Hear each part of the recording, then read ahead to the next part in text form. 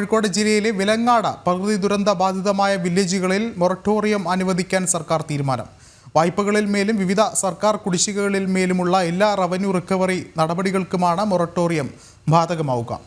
കൂടുതൽ വിവരങ്ങളുമായി ടിൻഡു ദാസ് ചേർന്നുണ്ട്. ടിൻഡു, മറ്റു വിവരങ്ങൾ എന്തൊക്കെയാണ്? വയനാട് ദുരന്ത സമയത്ത് തന്നെ ഇത്തരത്തിലുള്ള ദുരന്തബാധിത പ്രദേശമായിരുന്നു കോഴിക്കോട് ജില്ലയുടെ വിലങ്ങാട് ഉൾപ്പെടെയുള്ള ചില പഞ്ചായത്തുകൾ.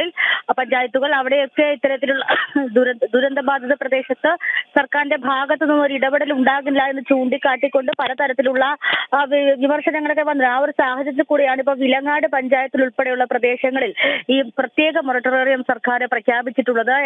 ഈ റവന്യൂ റിക്കവറി ഉൾപ്പെടെയുള്ള കാര്യങ്ങളിൽ താൽക്കാലികമായിട്ട് ഒരു നിർത്തിവെക്കലുകൾ ഇതിലൂടെ ഉണ്ടാകുമെന്നാണ് നമ്മൾ പ്രതീക്ഷിക്കുന്നത്.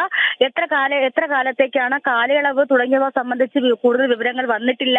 വയനാട് ദുരന്ത മേഖലയ്ക്കൊപ്പം തന്നെ വിലങ്ങാടിനെയും ചേർത്ത് പിടിക്കണമെന്ന് വിവിധ തലങ്ങളിൽ നിന്നും അഭിപ്രായങ്ങൾ ഉയർന്നിരുന്നു. അതിന്റെ കൂടി പശ്ചാത്തലത്തിലാണ് ഇത്തരത്തിൽ വിലങ്ങാട് ഉൾപ്പെടെയുള്ള 5 പഞ്ചായത്തുകളിൽ മൊറട്ടോറിയം പ്രഖ്യാപിച്ചിട്ടുള്ളത്.